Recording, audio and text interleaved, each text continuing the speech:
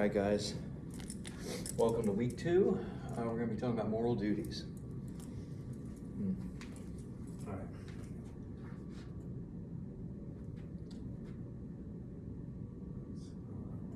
Now, guys. All right. Okay, so first we have the German philosopher Immanuel Kant. So we're talking about duties. We're talking about things that you're obligated to do. Now, Immanuel Kant was a philosopher who believed, during the Enlightenment period, that believed that what the most important thing to remember in ethics is the obligation you have to another person. You always have to provide autonomy, give them space to make their own choices and decisions. That is the first and most important thing to remember in ethics for Immanuel Kant. In his doctrine of transcendental idealism, Kant argued that space and time are mere forms of intuition that structure all experience, and that the objects of experience are mere appearances. The nature of things as they are in themselves is unknowable to us. In other words, how the world comes to us and the fact that we're aware of things and things come to our senses, they're filtered through our brain.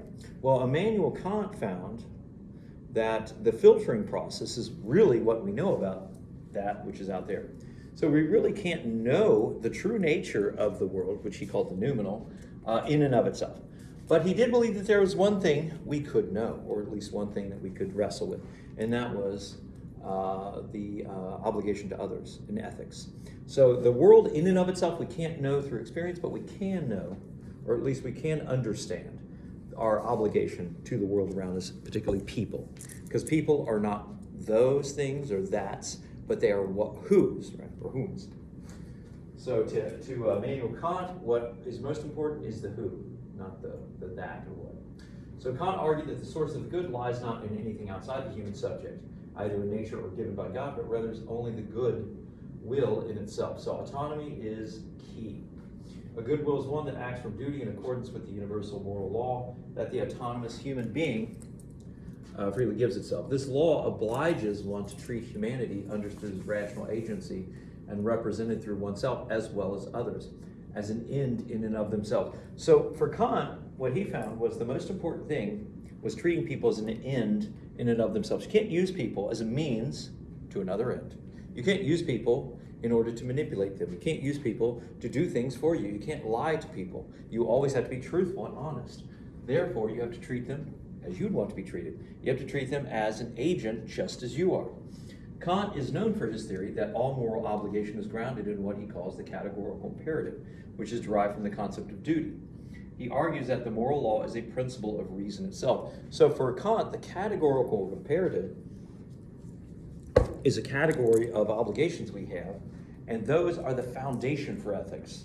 It is a categorical imperative. It is a category of our knowledge, a category of our experience that we are obligated, that we are compelled by the presence of another person to provide them with and to give them that autonomy which they deserve, to treat them as an end in and of themselves. So to act on the moral law has no motive other than worthiness to be happy.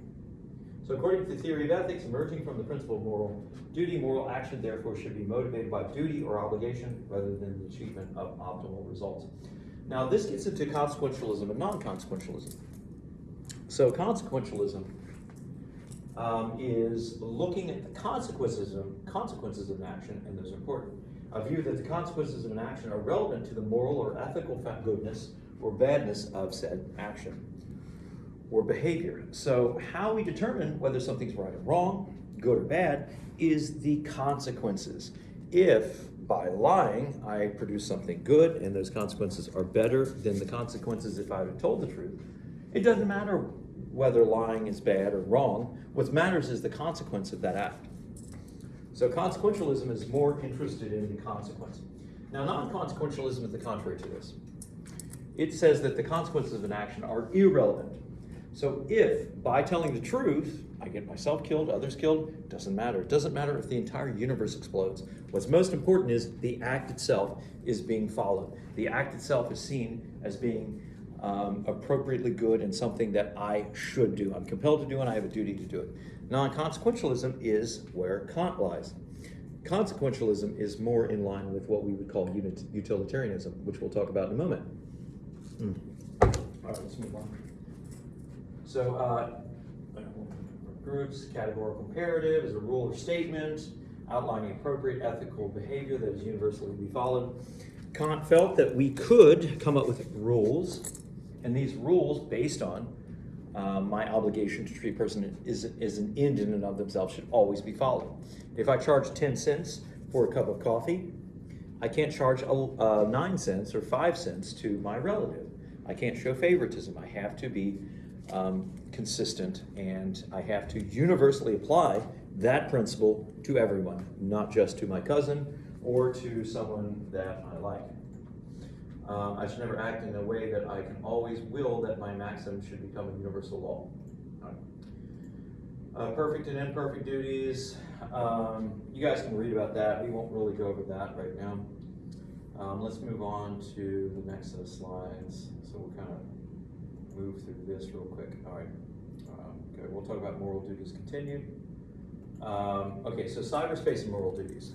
So now we're talking about actual practical applications of moral duty.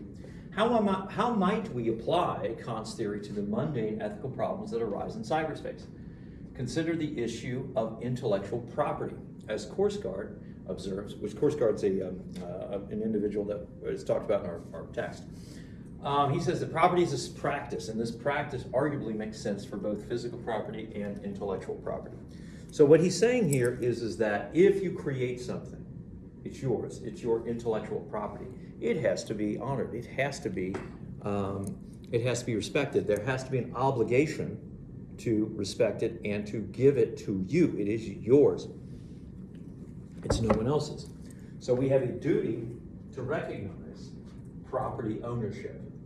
If you own something, it is yours, and we can't just take it from you, even if the results of that is for a better society, because that is consequentialism. And according to duty ethics, consequences mean nothing. What's important is respecting people's autonomy.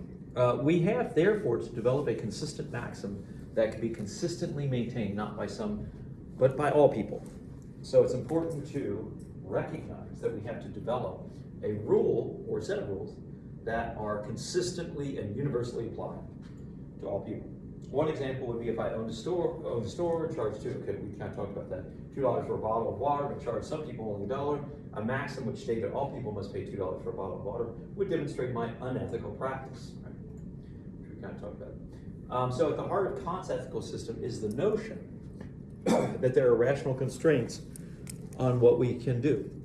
We may want to engage in some actions, such as downloading copyrighted files, which I'll be honest, I've done that before. I'm sure everyone here has. But we are inconsistent and hence unethical unless we accept the implications of everyone doing the same thing. So if everybody downloaded copyrighted material, then there wouldn't be a way or means by which people who create this content could actually get paid. Unless you have some sort of streaming service. That was one way of addressing this issue. The only way you can access this content is through a streaming service, or whether it's on on the TV or in Spotify listening. So that's one way. According to Kant, it is unethical to make arbitrary exceptions for ourselves. In the simplest terms, the categorical imperative suggests the following question: what if everybody did what we are doing or what you're doing? And that's really important. If everybody decided to drive on the shoulder if we're in traffic, which, trust me, I'm sure you have done that or wanted to do that. I'm not saying you have, but wanted to, and I know I have wanted to. I recognize I just can't do that. Because if everyone does it, then we just have another lane. So we have to ask ourselves, what if everybody did that? What if everybody engaged in that behavior that I'm doing? What if everyone stole copyrighted material? What if everyone didn't respect intellectual property rights of people? Well, they wouldn't be monetized. These people would not continue to create this wonderful stuff that we experience, because there wouldn't be any profit motive for them to create these wonderful products for us. Okay, so now we have classical utilitarianism. So we're talking about utilitarianism. This, on the other hand, is consequentialism. Remember, we were talking about consequentialism is the idea that the consequences matter, not any specific duty or any specific obligation we have to individuals or autonomy. It was developed by two British philosophers, Jeremy Bentham and John Stuart Mill. Jeremy Bentham, if you're interested, his body is on display in London, the University of London. You can look it up. It's really kind of gross. His body has been stuffed since 1832, and it's been on display there. One of our professors here talks about it. I think he has a poster of it. If you ever get a chance to come by the university, go check with Dr. Pence. He has some wonderful images of Jeremy Bentham. But John Stuart Mill is probably the most important one of these two. So according to this theory, the right course of action is to promote the general good. This general good can also be described in terms of utility. And this principle of utility is the foundation of morality and the ultimate criterion of right and wrong. Therefore, the general good is a utility, or what works the best for achieving the goal of maximizing the general good. So, utilitarianism is interested in the consequences. How do you achieve the consequences? That is a utility. That's why it's called utilitarianism. It's utilitarian. It's what works. And what works toward what? Toward the end of maximizing the general good. Now, obviously, what is good? Well, that depends on the individual articulating this position. In short, utilitarianism see the general good not as what is best for preserving the individual general good, but what's best for preserving the general good for all. So sometimes there are conflicts with individual goods, what's best for me, and what's best for society. Typically, utilitarians will look at what's best for society, not just the individual. So autonomy sometimes is, is violated for the sake of the many. For the sake of the many. So on a practical level, utilitarianism requires us to make moral decisions by means of a rational, objective cost-benefit analysis, which is a term, if you're familiar with any business studies, they talk a lot about the cost-benefit analysis.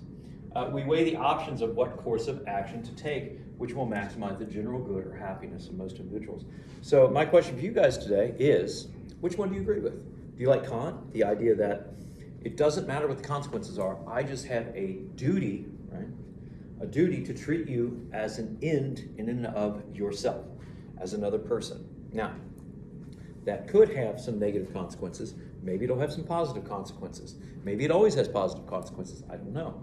But the point is, it's not looking at the consequences, it's looking at the act itself. Consequentialism, on the other hand, looks at the consequences themselves and really doesn't see a specific act as being evil or bad or whatever in and of itself, or good in and of itself, as long as it maximizes the good. Now, obviously, one of the problems with this is, what do you mean by good? Right? So with non-consequentialism, consequences may be bad, and many people will see this as a negative. Contrary, some people may see the ubiquity of goodness, what is good for you, what is good for me, and the fact that oftentimes we have to sacrifice autonomy for the sake of the well-being of the group, whatever that means. Maybe it's well-being of some particular dictator or something.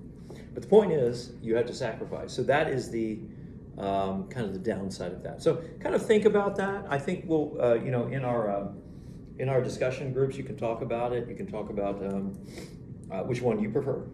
And okay, so I'll see you guys next week, and we'll talk some more about some ethics and some information technology and all that good stuff. See you then.